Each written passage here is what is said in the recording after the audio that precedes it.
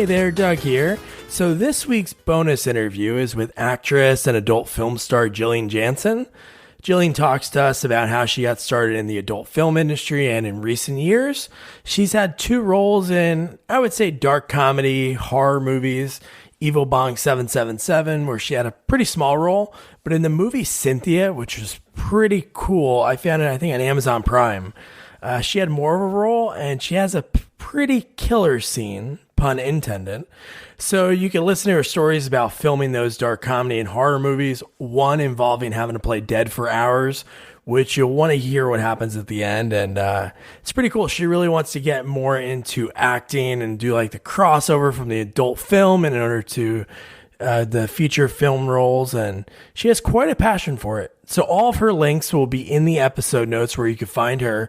And stay tuned after the interview where we introduce you to a podcast run by a couple guys that I think you might want to check out. It's called Funny to Informing. It's funny and they teach you. It's pretty good. So check that out, and those links will be in there as well. But first, adult film star Jillian Janson. She was a lot of fun. Enjoy. Hi, how are you? My name's Doug. Hi, Doug. I'm wonderful. How are you? Pretty good, pretty good. Thanks so much for taking the time. Of course. It's my pleasure. Yeah. So, I just saw on Twitter you just got nominated for 3 awards. So congrats. Yes, thank you. I'm very excited.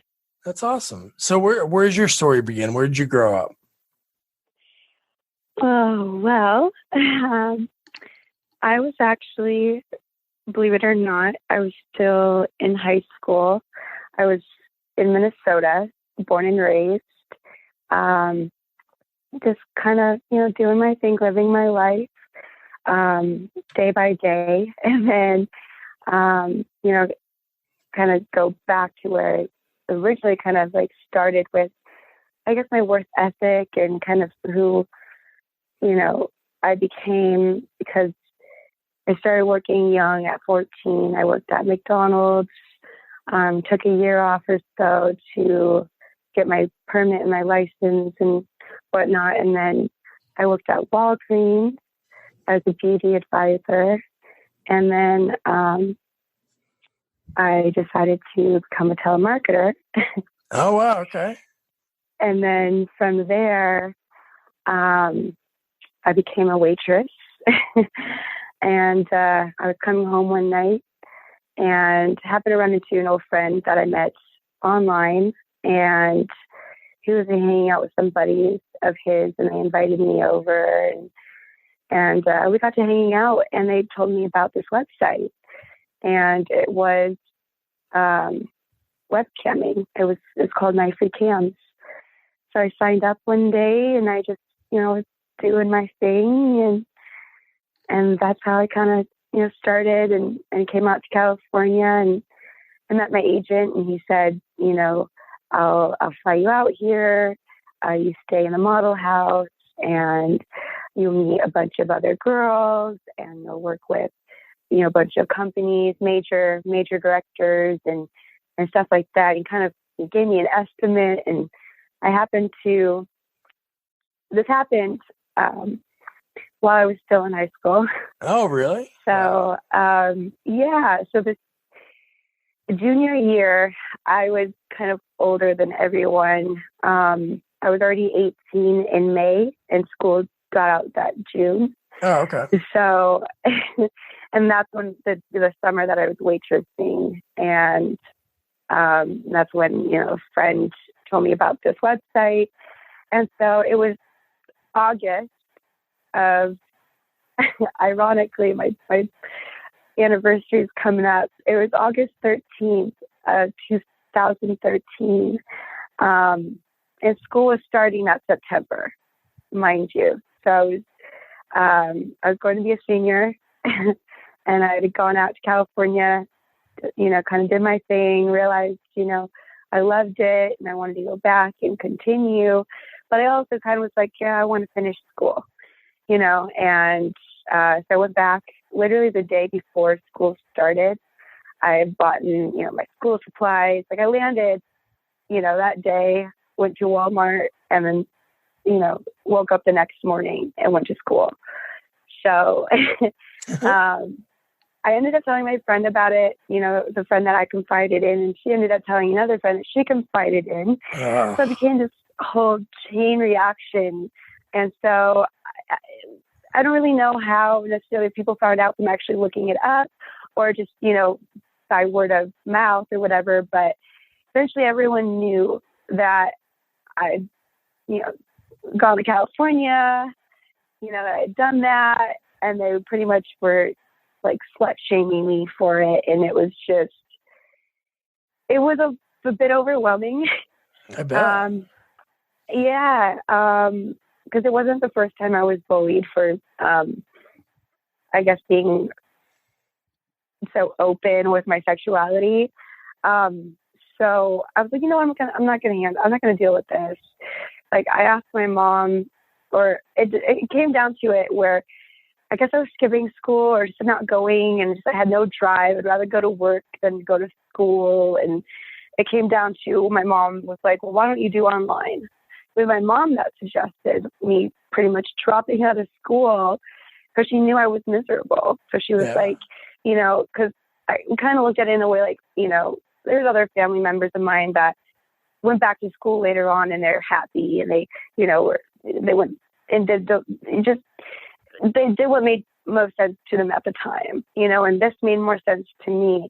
It made sense that, I can go back to school later on when I'm ready, when I actually know what I want to do, something like that. For now, I've got a sure thing. I'm going to go and do something that I love. I couldn't express myself whatsoever. I was friends with, the people who didn't mind that, but there weren't so many of that, in my town. I lived in a small town. A lot of people came from conservative families that had money. In my opinion, they never really knew what it was like to earn a buck, and it was just in a short amount of time too, so I was like, when I realized just what it would do for my future and realizing I shouldn't worry about what other people were thinking about it, I was like over it. I was like, you know what? My mom's right.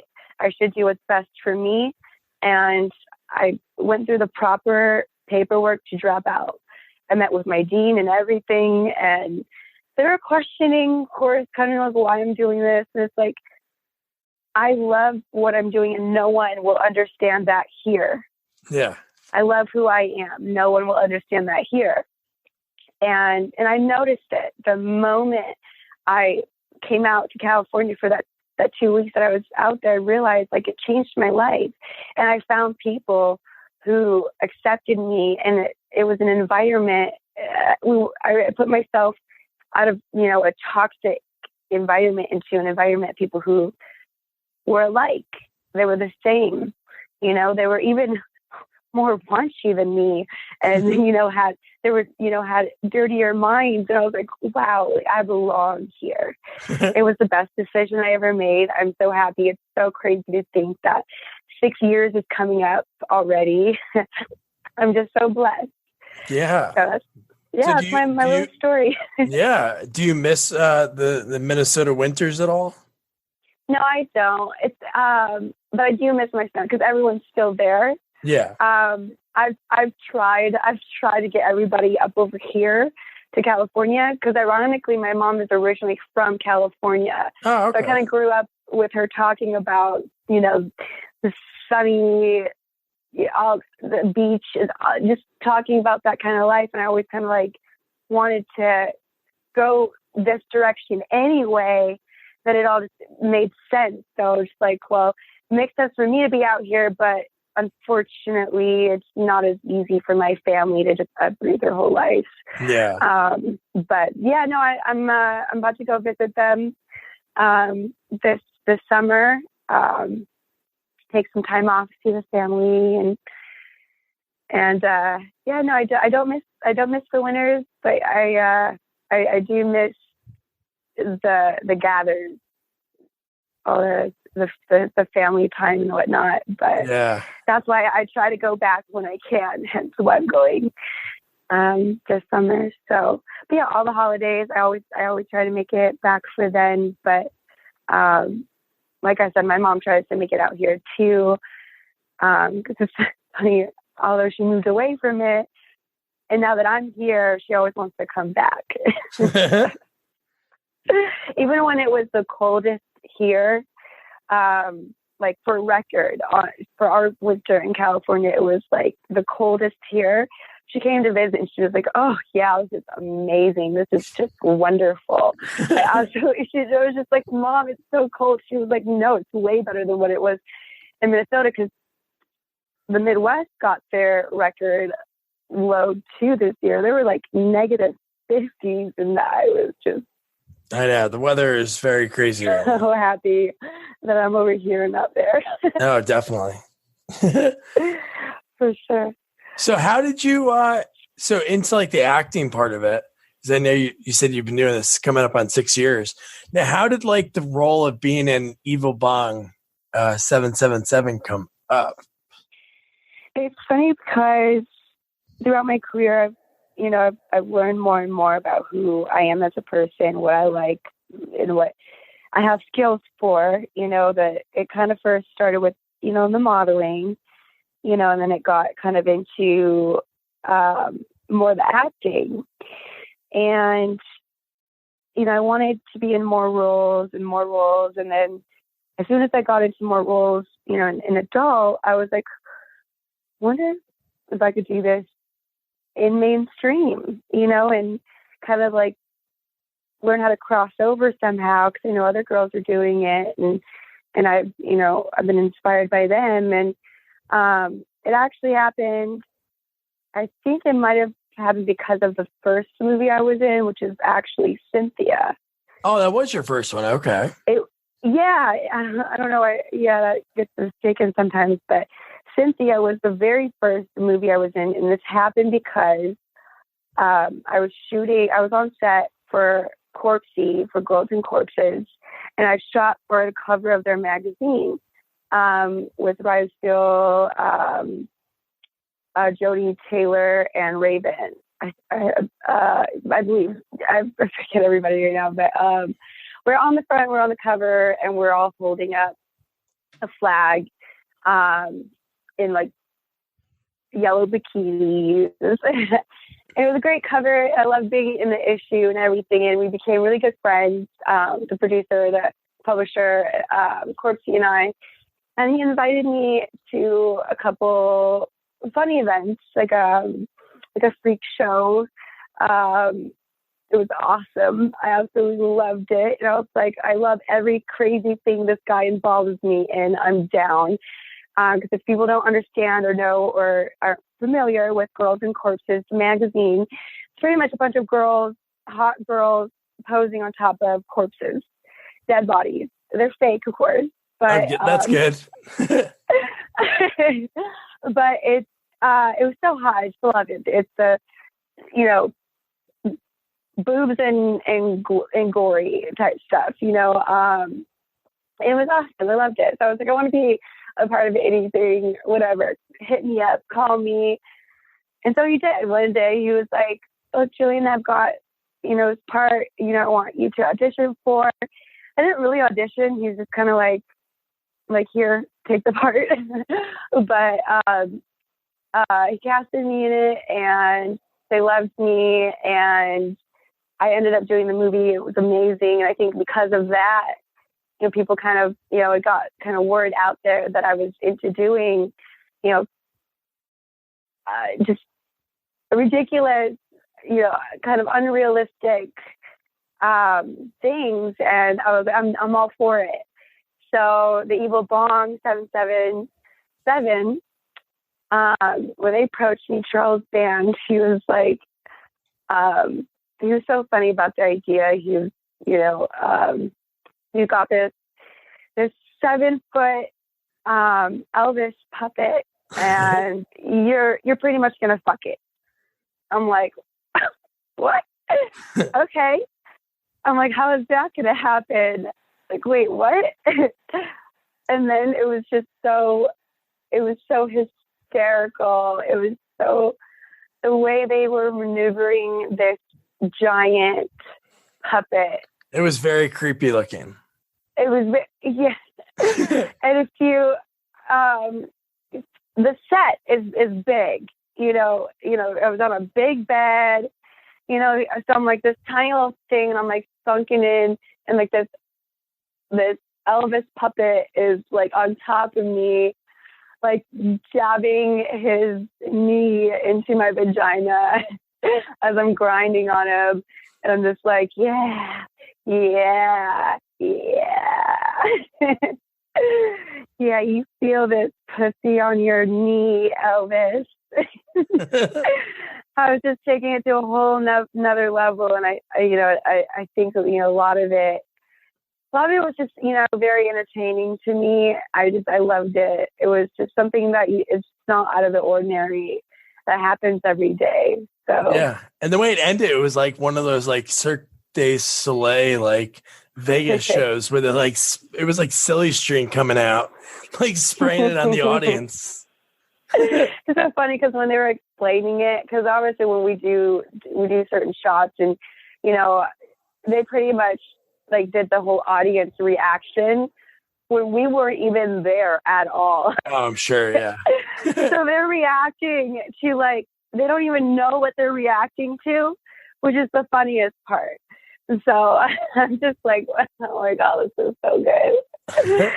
So when it was all pieced together, it was just hysterical. I couldn't stop laughing. I was like, oh my gosh, well, this is perfect. I hope people put me in. So yeah, I love comedy. I've always been a big fan of that. I'm into scary. I'm into pretty much anything, you know, just depends on what mood.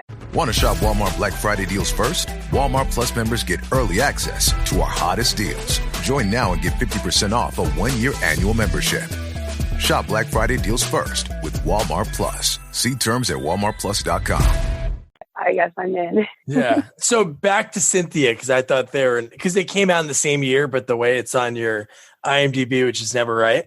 So that movie was pretty, I just like skipped forward to your scene, but I'm definitely going to watch the whole movie because it looks pretty good, but it was super like intense. Like it was the giant cyst, like you bring it down to the lab and then you watch a lot of horror movies, I'm sure. And it's always like that guy was like kind of like being like a little creepy. So you thought maybe like you were going to leave and then the thing was going to eat him like right away.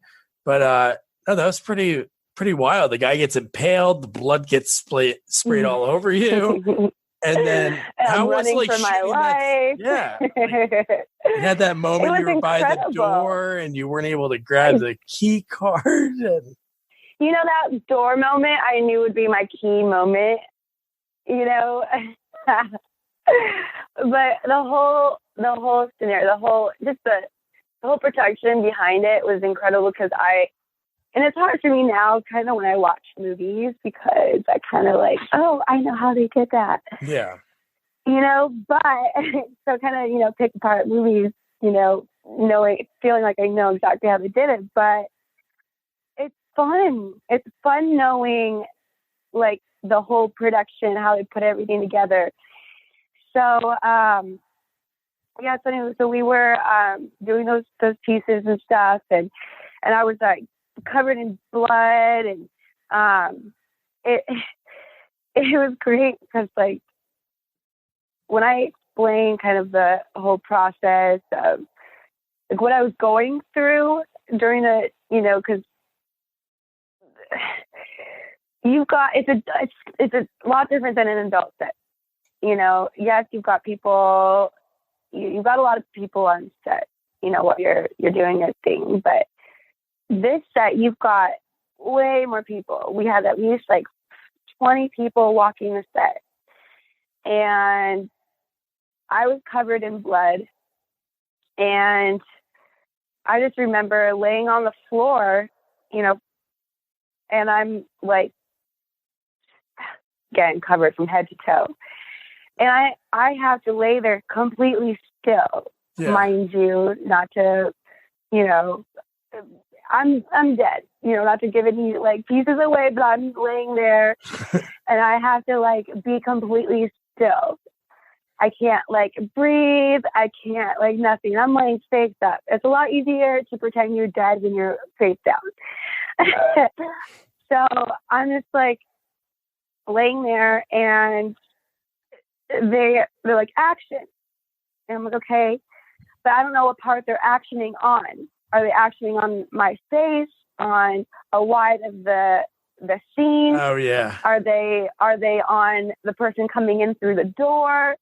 So I'm sitting here holding my breath, like I'm turning purple almost at this point, like trying to make it breathe where, you know, my whole frame doesn't move. And I don't know if the camera's on me. So I'm covered in fake blood, and there's people walking by me, and people don't like realize when you're just wet in general, and then you're now like I'm sticky at this point. And the wind, like every time someone walks by, just like one, you know, pair of feet is just like 20 miles per hour of wind. And so people are walking by, you know, and because they're supposed to be in the scene, they're like walking up to me, checking out the scene, you know, saying their part. And I'm just like, okay, are they panning back and forth? Are they just on him the whole time? And again, I'm sitting here just like, I can't breathe. I'm cold. Like, I'm like shivering. Like I like opened up my eyes a little bit. Okay, the camera's not on me. Big breath. Okay, cut. Like I feel like I just had a whole like an orgasm or something. Just like I'm out of breath. And now I'm stuck to the floor. Oh my God. I was laying there long enough to be stuck to the floor. So like the blood was in my hair, and it was all tangled up. It was huge rat's nest, just like stuck to this floor. and I'm trying to get up, and it's just so hilarious.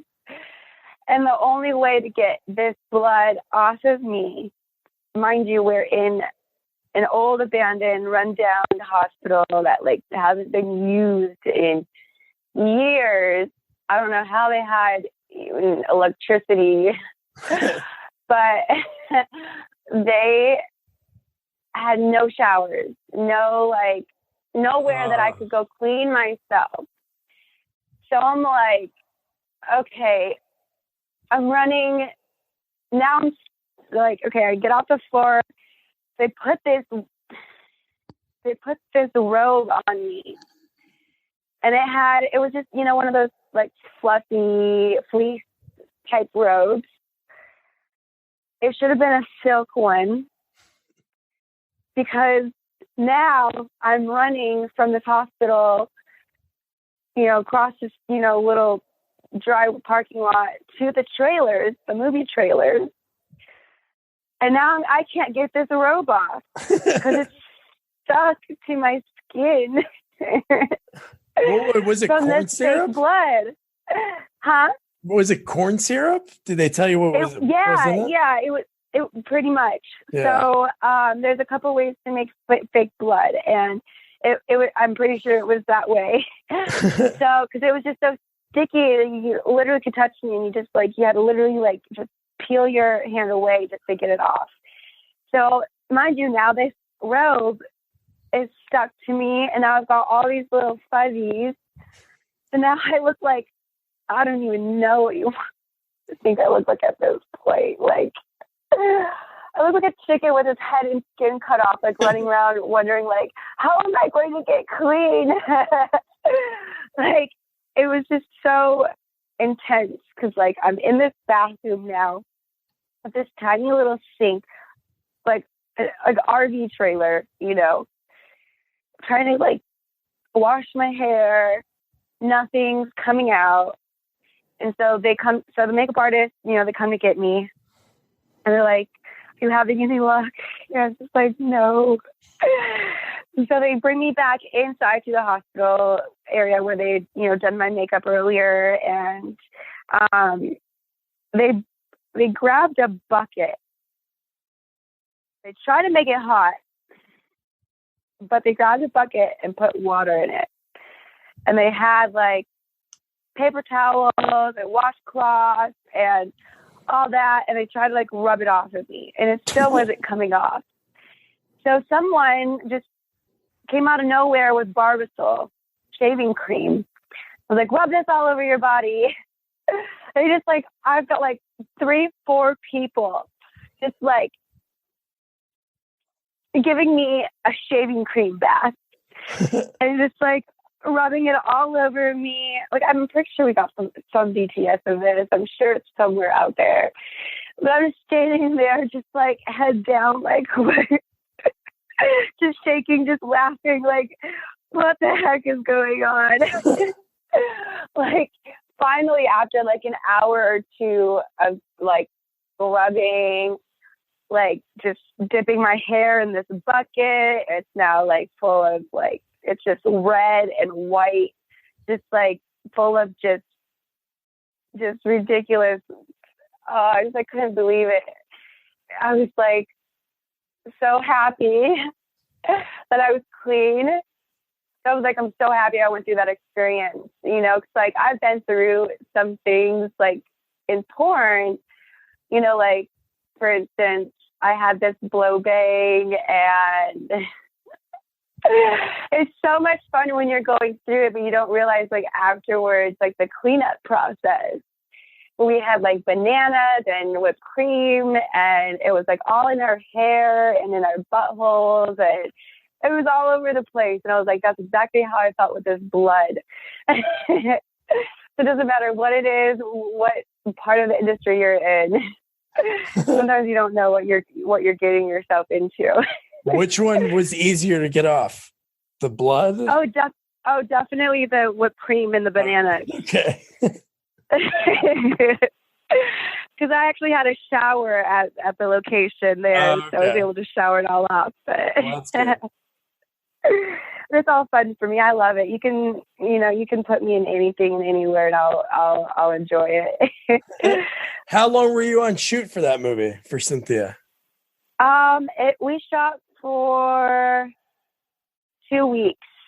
Cool. I believe nonstop. I was on set for about 2 days. I believe they only needed me about 2 days. We got a lot of stuff done in that 2 days. And then it took about like a year for it to come out. So I anticipated a while for it, but I was like so happy. It pieced together so well, and I took my friends to the premiere. And oh, that's awesome. And they were just like, they were just blown away, because there were some pieces in it that, you know, I'm not going to give away, but some people will notice instantly, because we had to do some things for effect, you know, in order for the creature to, you know, fully evolve, I suppose. But no, it was awesome, because they got me in, they fitted me for like this cast type thing, and they molded me, and they painted me up and everything. So anyone knows what I'm talking about, you'll notice it during. But my awesome. best friend didn't even notice, and he's usually naked all the time. So So how would you go about? So I know somebody reached out to you for this movie and for Evil Bong. So how would you? Because it seems like you enjoyed it. Is there a way for you to like go out and go on auditions? Is that something you'd look to do for in the future? Yeah. It's, you know what, for me, it's a little different to do auditions. You know, I'm kind of like, you know, if you want to cast me for the part, you know, you already know I'm perfect for it or not. And that was kind of the case, you know, for Cynthia. They knew what they wanted, and they knew what they would get out of me. There was another instance where someone, you know, wanted me for their role, and I just got to the point where, like, if you don't know who I am and how well of an actress I am or I can be, for some reason I didn't necessarily give them the time of day, for the fact that I didn't really think it was something legit either, because unfortunately I do have to weed out a lot of emails that, are, just, people wanting to, have me in there. It's more personal than it is professional, per se. Of course. So, I'm sure you get a lot of that on social media and stuff. I'm sure there's a lot of people out there. So, fortunately, I've gotten that, but unfortunately, I've gotten the same thing from the same person that it kind of looks like a scam. So I don't bother with it unless the people come to me and I know you've been in the industry, or I know you're part of mainstream, I know this or that, or my publicist, for instance, Tanya, amazing. She helps me with that kind of stuff. She'll let me know if it's legit or not, or if I need to even put my time or my effort towards it. And she's been through a lot. She knows what's real, and I tend to look at her when it comes to stuff like that. So people don't come out to me with it and like, hey, I got this perfect part. You don't even have to audition. You just show up. Boom. All right, I'm in. But there are times too, I put that aside, and I did audition for one thing, and that was like, and the one time I did audition, I got put down in a way that like, I put all my effort towards it, and I got turned away, and it wasn't necessarily that. It's just at that time being, they were looking for something else. Yeah. So it's like, all right, cool. I'm down, but I'm down for anything. I'm someone who, a lot of people will complain about doing the crazy things, having to hike in the middle of nowhere for a great shot.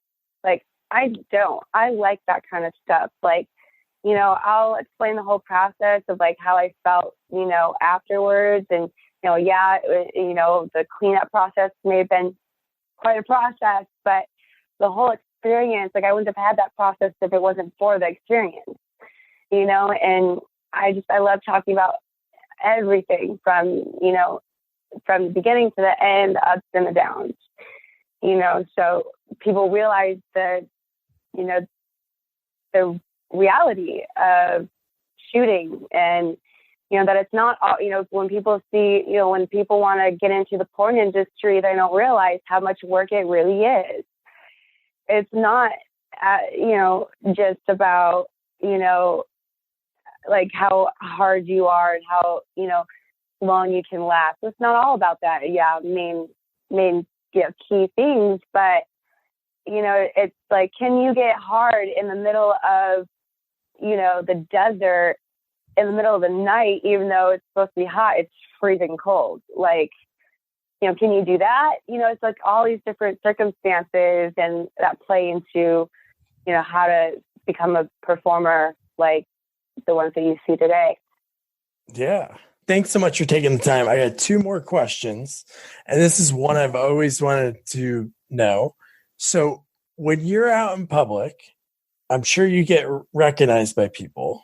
So do you ever notice like people like looking at you, but not wanting their significant other to like know that they know you? I feel like it happens more, than it does. But I feel like, not to toot my own horn, but I feel like I get complimented enough for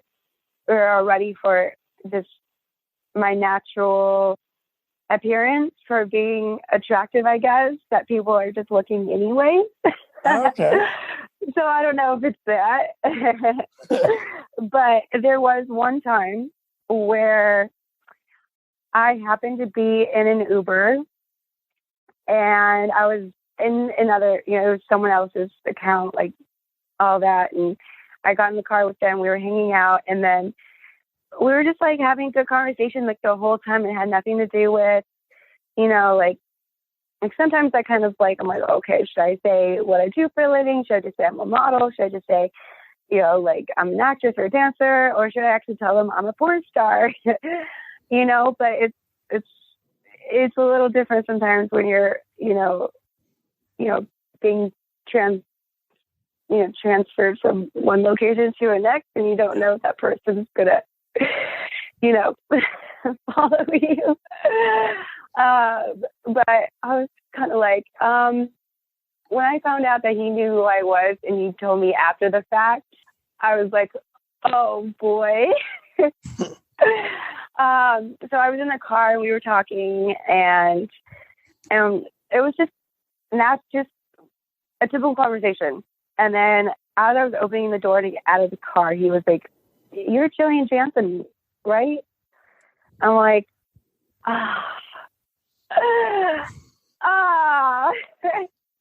how did you know? Like, what? Like, how? I didn't understand. Like, they just knew the whole time and they didn't tell me. And like, for some reason, that made me like, not necessarily weirded out, but I would have felt better for some reason if I would have known. Yeah. That they knew who I was, because then I could have been openly talking about it. Like, yeah, I'm Jillian Janson. You know, like, I just kind of was like, okay. So what do I have to do now?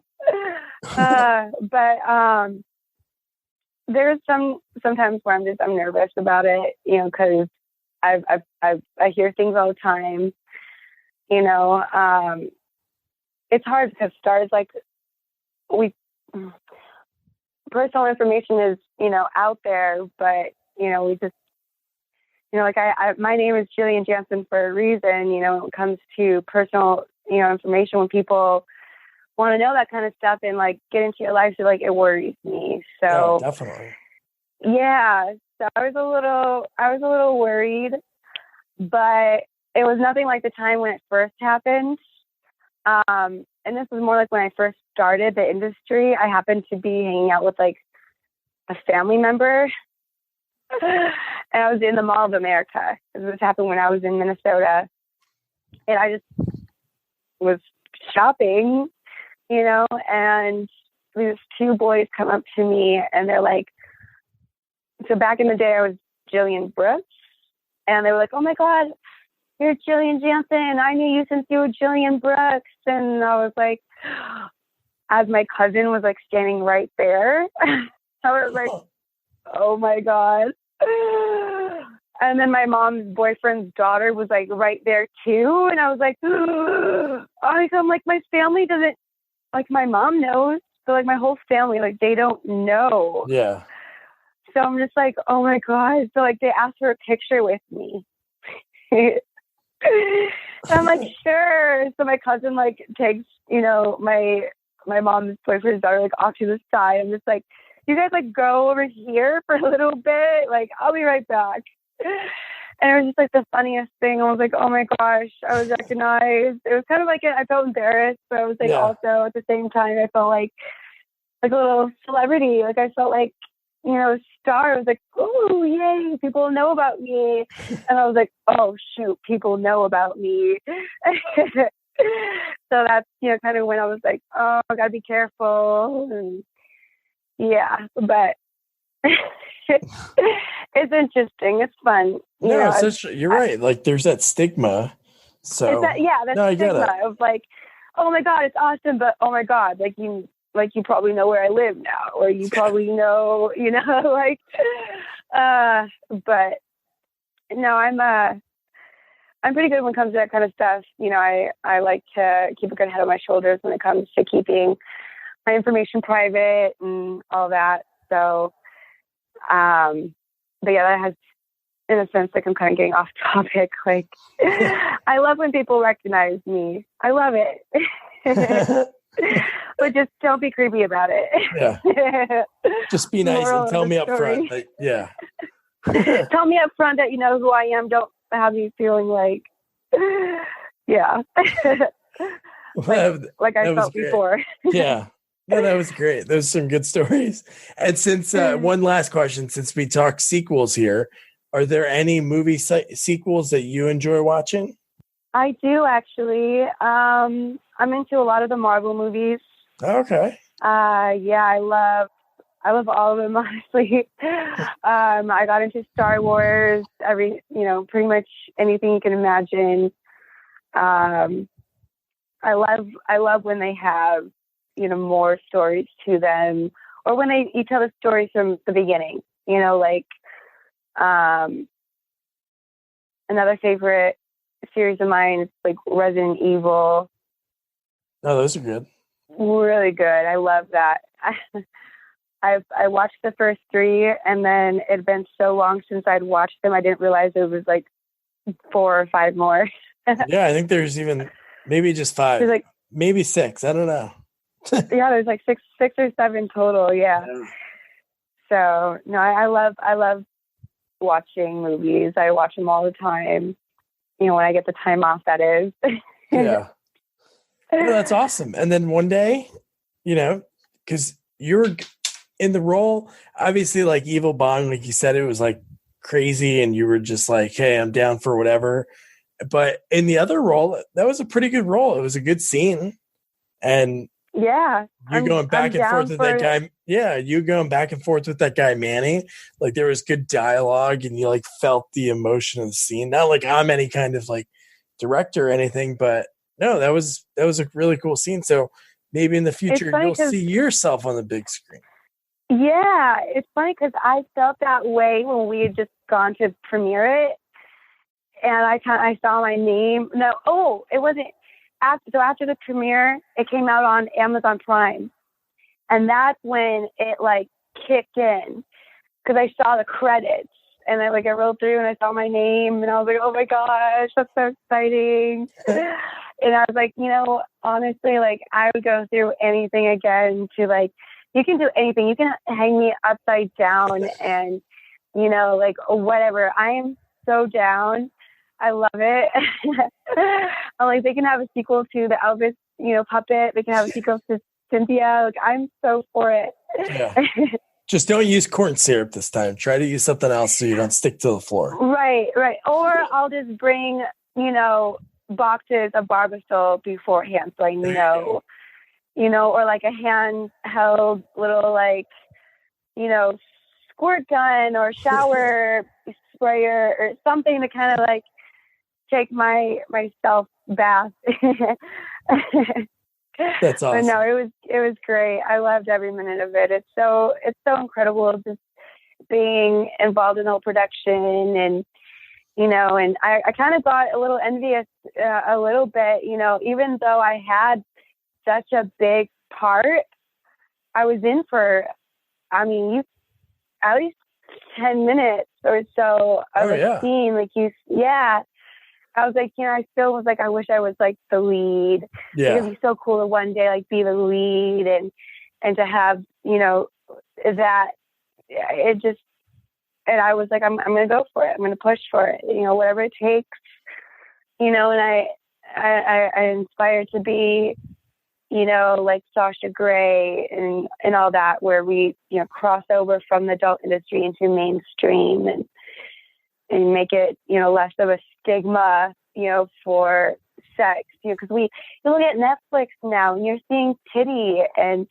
like practically you're seeing the whole thing. Like, it's like, why not at this point just, keep doing it and just do it a little more. And, except it's not like the world, doesn't know sex. Like, I know. They just pretend not to.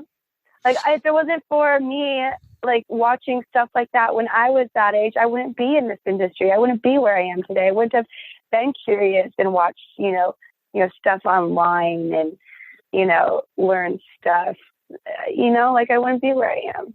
So it just sucks that, people are, in that sense where like, oh, kids can't handle this, kids can't handle that. So we got to censor everything, including social medias now. Like I've lost my Instagram. I've lost my Snapchat. I've lost, I'm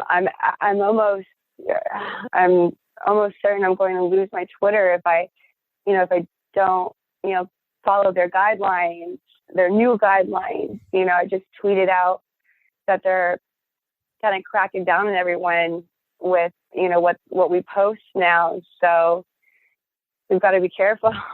Yeah. And it's like, but why? It's like, you're just trying to make people feel like that what they're doing in their life is not okay. And it is okay. Like, why do you think it's, like the stuff with our sexuality, with people being bisexual and gay, like that's so okay, and that it's like people are making it seem like it's not okay with certain things that we watch. And it's like, stop. So that being said, if people want to follow me, the only place you really can is Twitter, XO Jillian Janson.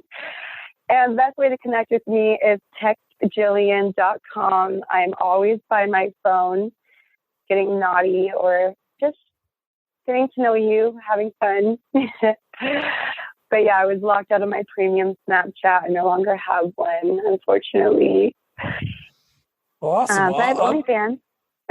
I'll put all those links in the bio too. And it was really fun talking to you. Thanks so much for taking the time, and I wish you the best in getting that main role, that lead actress. Yeah. You want.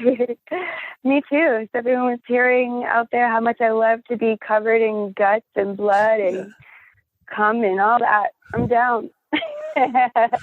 Well, thanks so much. Have a great night, Jillian. Thank you. You too. So this is John and Coleman from Funny to Informing. So tell everybody like a little bit of like, what are you guys about? Well, what we do primarily is we try to find the joke first, like pretty much to represent the name. We find the joke first, and then we share personal stories, and we find some bits of news to share with the people, and we try to interact with our listeners as much as possible. But Coleman here's the funny man, and I'm here to try to inform the world, or at least give them perspective on things that we need to open our eyes to and whatever else. Yeah, we do a lot of local flair and stuff too, like things going on in the city. We're kind of out and about guys. We like to, try to check things out as much as possible. So so because we're in the Southeast, you're in the Northeast, right? Yeah. Yeah. It's different cultures. It's definitely a culture shock. Beautiful weather down here, guys. I'm in shorts and flip flops. I don't know about you. Yeah, no. Florida's nice, man. Just I lived out in Oregon, but grew up in Jersey and just don't want to leave. Too close to New York City. I love it out here. But so how'd you come up with the whole concept and like working together? I had the show already. And I mean, I guess the best way to represent it in terms of like being a sequel, I had done the show for about a year and a half by myself. And I was primarily just interviewing people and trying to get like the culture of Orlando, because in Orlando there's a lot of amazing people to hear, like to meet and talk to, and all the things and opportunities. But so I was doing it by myself for a while. But where the show really kicked into high gear was when me and Coleman here are both fans of a local radio station, and we went to a meetup. We got along really well, and then we went on another podcast as separate guests for different reasons. And then once we linked up, man, that was it. Yeah, we had chemistry, and I did a show just like as an interviewee, and it worked out. And it was actually credit to his girlfriend, I think. John's girlfriend was like, "You should ask Coleman to be on the show." Yeah, and I was looking to get back into podcasting after being off of a show for a couple of years myself, and everything worked out. And it was an opportunity for me, and I could bring a little bit of what I knew to help out John. And we've just grown it like crazy in the last 2 years we've been together. That's awesome. And Coleman, it's got to make you feel good that he said he was doing it by himself. And then once you joined, he got kicked into high gear. So that's very nice to say that. Yeah, John always pats my back like that. He's good for that, man. Well, I love this guy, man. It's funny because, like I said on our show when we talked a little bit ago, I kind of gave a small background and said, John and I kind of joined forces just mostly to do podcasting, and have built a really tight friendship out of that. And that is definitely the truth for us. But I'm not going to sit here and lie either. So it's me primarily being honest. It's I don't really laugh too much when I'm at work or when I'm doing my daily things, but he was making me laugh more than anybody else, and very often kind of hurting my cheeks type of laughter. So I knew it was a no-brainer that's, something I wanted to be around a lot more. Can you hear me blushing? Yes, I can. So John, before you guys joined forces, you said you did a lot of local interviews. What was one that like stuck out to you early on when you were doing this by yourself? When I was doing it by myself, there was another podcast. It goes by What's the Fuss. They had one of their members of their show actually kill themselves, unfortunately. Whoa. Oh my God. And what stuck out to me is I wanted to talk to one of the other members who was like one of his best friends. So I had him on the show and interviewed him about that. And it was a really difficult interview because of the sensitivity of the subject. Oh, yeah. But at the same time, me and that gentleman, he goes by Rocky, Rocky and myself came out really, really close. And I think we bonded over the situation of, suicide in general, dealing with, just we've all had to deal with that somewhat. Oh, yeah, no, definitely. No, I understand that. So what was now recently when you were talking before, you guys are starting to interview some people now too. What are some that you've done already that you're real excited about? We've knocked out a couple really in the last couple months that are really kind of our standout shows. We noticed we actually share one of the interviews. You guys talked to Psycho Sid Udy, and so did we. Man, so you guys know that he was he was our first really big get, and he was a really fun guy to talk to. Yeah, no, I love talking to him. He was like, so it's really cool. You got to think how much, it's not like you ever get in somebody's wallet, how much it's rude to ask that, but he was pretty big at one point. So he was probably making some good coin. WWF was doing good then, but it's so cool, man. He never, cause those guys are always on the road anyway. Like, why own a house? And he just went back to where he grew up, man. I thought that was really cool. And I don't know how you guys interviewed him, but when I talked to him, his cell phone wasn't working that good where he was at in his place. So he called me on the house line and it was buzzing so bad. Luckily, I found a tutorial to get the buzz out. So I was able to get the buzz out perfectly. But no, he was really cool. Were you guys big wrestling fans? Yeah, I was during the character era. This is John. John's a little younger than me. John's in his 20s. So I'm almost 40. So I was back kind of in the Hulk Hogan, Andre the Giant, Ultimate Warrior, that era, Sid's first era, I should say. Yeah. Back in the WWF days. And yeah, I was a big fan then, but I kind of grew out of it as I became an adult. But I definitely remembered his name and remembered a handful of stuff. I didn't have to do all that much research on him. Yeah, the big guest we were kind of really proud of recently was we talked to recently known as Junkyard Joe from the El Camino and Breaking Bad series. With that movie just coming out, we got to talk to Larry Hankin. Oh, and yeah, he's awesome. It was fantastic. He's been in everything, like consummate character actor. Yeah, no, I had an opportunity to talk to him. I had it was like more of it went from an interview to like more of like just a conversation. And we talked for like 2 hours. And it was just like, it was not even about like his roles anymore. Really just like the idea of like where he, like, cause he was doing comedy. I don't know. Did you guys go into like his comedy background, how he came up? Yeah. The committee. Yeah. Man. Improv. So it's so cool. Even before that, when he was doing stand up, he was opening up for Woody Allen, and it was the same time free speech. So no, he was really cool to talk to. Yeah, and to get an idea of how like the itself and the business has changed over generations. Yeah, 30 years. Oh yeah, man. Now that's really cool to talk to people. Like the interviews that we've done, that I've had the chance to talk to people that have been doing it for like 40 years. It's like remarkable because I interviewed a guy that his name's Kevin Kilner. You know him if you saw him, but he's like he's on the board for like SAG. And there's like, I forget the exact number, but it's like an obscene amount of actors that are part of SAG. But the number of actors that actually like live off of being actors, it's like a ridiculously small number. Like, yeah, Larry Hankin gave us a stat on that. And and then we actually talked to another guy recently and we brought up that stat and I tried to recall it and I was actually too high. I said it was like 3% of actors that like what they call working actors, and he corrected me. I was like, no, it's actually like more close to 2. And I was like, wow, well, way to shoot down my hopes and dreams of being an actor. yeah. But the number's like so small, such a slim margin. Like crazy. Yeah. Sweet, man. So what are some things when people tune into your show? What would you say that when they're done? Obviously, Coleman being funny, John informing. But what would you say after the hour and a half that you want, like people that are going to go check out a new episode? What would you want them to leave feeling? That the boring time went by faster. Yeah, we helped them pass some time, and hopefully they laughed throughout and learned a thing or two, or at least enhanced knowledge on a fact maybe they already knew. We'll try to maybe dig a little deeper on some things. Like, because some of these stories I'll have heard in the news, but we won't have deep backgrounds on them. So we'll try to research as much as we can and get as much as we can. Because then as we recall the stories to each other, we have a segment we call Did You Hear? And that's just kind of like fast facts we're throwing back and forth, kind of topical stuff from the news recently.